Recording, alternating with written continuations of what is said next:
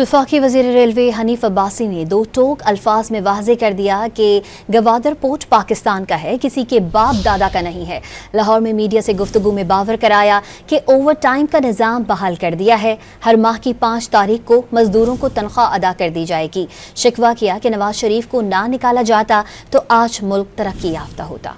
वफाकी वज़ीर रेलवे हनीफ अब्बासी ने दो टोक अल्फाज में वाज़े कर दिया कि गवादर पोर्ट पाकिस्तान का है, किसी के बाप दादा का नहीं है।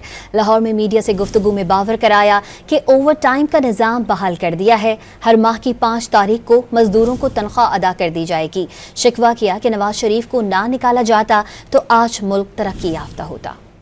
2017 में अगर मियां नवाज शरीफ की हुकूमत को ख़त्म ना किया जाता तो आप क्या 2017 में जब मियां नवाज शरीफ की हुकूमत को ख़त्म किया गया, दहशतगर्दी थी, बेरोजगारी थी, क्या उस वक्त सी पैक अरूज पे नहीं था? पेट्रोल की कीमत क्या थी? डॉलर की कीमत क्या थी? रेलवे पुलिस की करप्शन और रेलवे पुलिस की सरपरस्ती में स्मगलिंग और रेलवे पुलिस की सरपरस्ती में चोरी, ये भी है ना साथ। हमने इसको एड्रेस करना है।